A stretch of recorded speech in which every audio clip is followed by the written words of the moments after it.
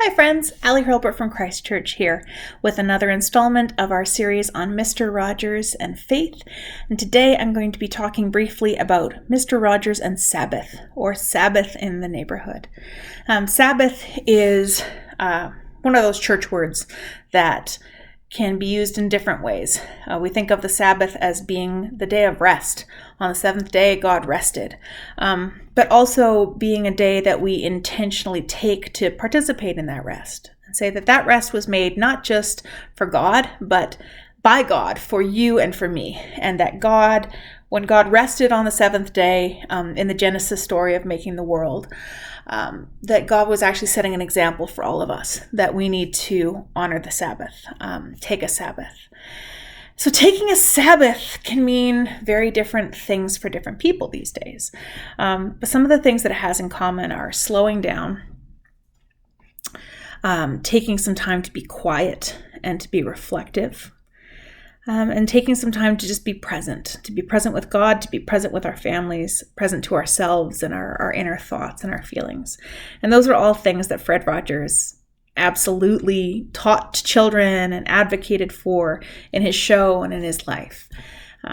Mr. Rogers' Neighborhood has a real slow and gentle pace to it.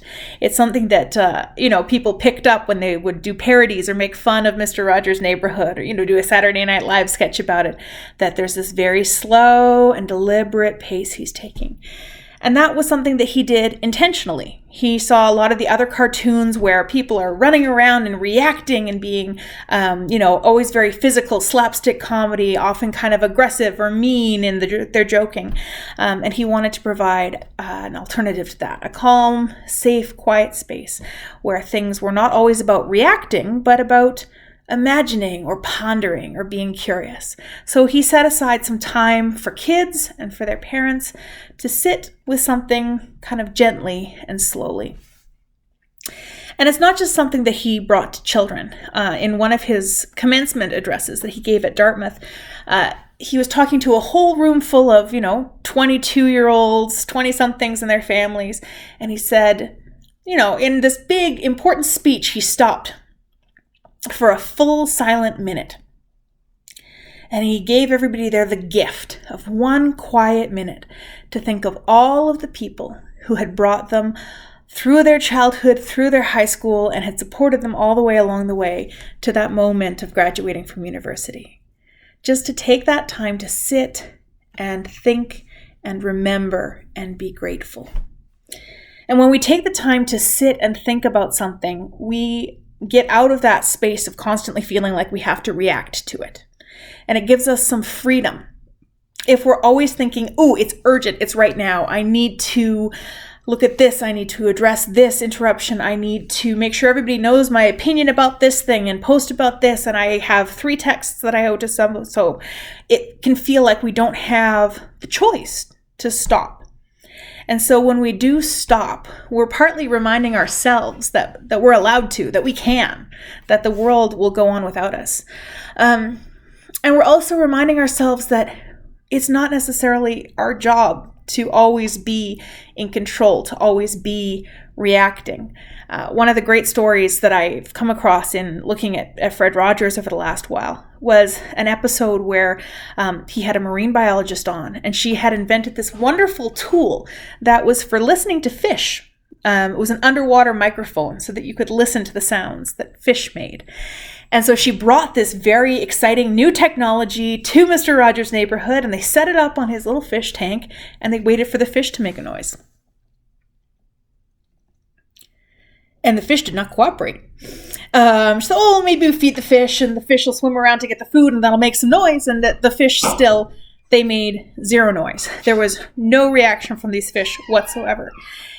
And the producers all thought, well, we're going to have to refilm this. I mean, we brought in this new technology just to show that the fish make noises and the fish aren't making noises. And Fred Rogers came back at the end of it and he said, no, we're going to leave that in because I want the kids to know that even when adults make plans, sometimes they don't work out. Sometimes the fish aren't going to make a noise, and there's nothing that you can do about it. Sometimes our day is going to just keep unfolding even if we don't fill it with all sorts of plans and schedules and things. Sometimes if we let go of that need to react, that need to make things happen, we leave space for other people's voices. We leave space to hear the thoughts and feelings of our own heart. We leave space for God to move in our lives. Sabbath and resting and being quiet are all things that I do not find particularly comfortable or intuitive. I think that's part of why Reverend Sue gave me this week to do. But I find it easier when I remind myself that Jesus says that it's not that people were made just so that they could observe Sabbath or do Sabbath right. It's not that we were made so that we could behave correctly. That's not what God wants from us. That's not why God created Sabbath. God created this rest. People weren't made for Sabbath. The Sabbath was made for people. The Sabbath was given to us by a God who understands that we need rest, by a God who understands that we need to remember that we're not in control, that we need to remember that we are free to take a breath, to listen to God, to listen to our hearts, and to make decisions from there. One of my favorite Mr. Rogers sayings is that there's not enough time to do everything that you want to do in this life. And so there's not enough time to do everything that you want to do in this life. So you're going to have to make some choices. And hopefully the choices that you make come from a deep sense of who you are. And to get to that place where we have that deep sense, where we feel that we're able to make those choices authentically, to figure out our path in life and to follow it with commitment and to live it fully, we need to know who we are. And we don't get to a place where we know who we are unless we take a breath, unless we listen, unless we rest. Because otherwise we end up just chasing every other voice in the world.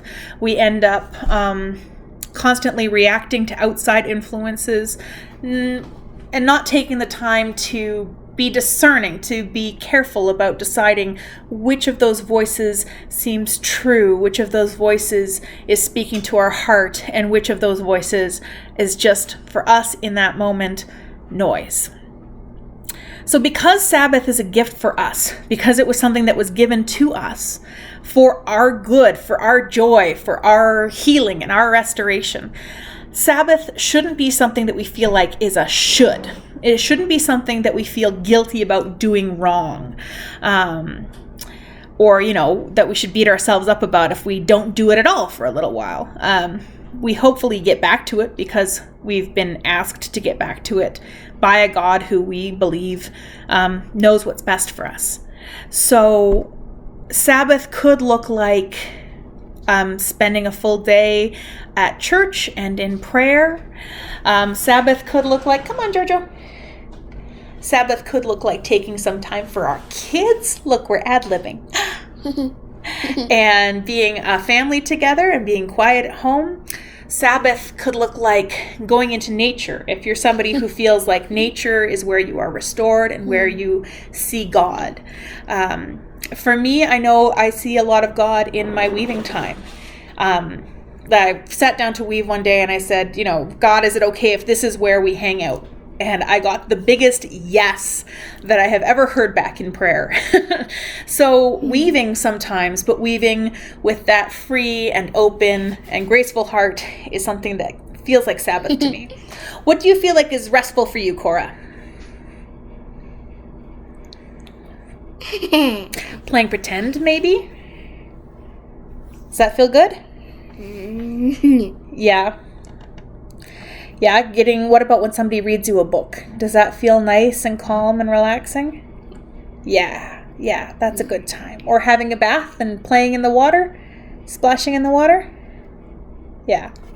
So we all have different things. Thank you. Go now, please. That we feel like are... Okay, I'll fix your tablet in a second. We all have different things that we feel restore us, that we feel draw us closer to God. I think for, Reverend Sue, baking cakes and making meals feels restorative, feels restful, feels like it brings her closer to God. And for some people, it might feel like a horrible chore or, one more task to do. So if you have a Sabbath practice that is wonderful and to be celebrated, if you have things that you do that replenish you and connect you to God, that's beautiful, and hold those close and keep doing it. If Sabbath is something that you feel like is slipping away from you, or something that you feel like is a source of guilt, then maybe look at how you're doing Sabbath. Does Sabbath look like taking off your cardigan and feeding your fish? Does Sabbath like making some space to go to the land of imagination and dream about the way things could be? Does Sabbath look like connecting with people who you love? So we will see you on Sunday with another Mr. Rogers themed sermon, and we'll see you next week with another one of these little chats. And in the meanwhile, I hope you stay safe and stay well, and I hope you find some space to make some choices that come from a deep sense of who you really are.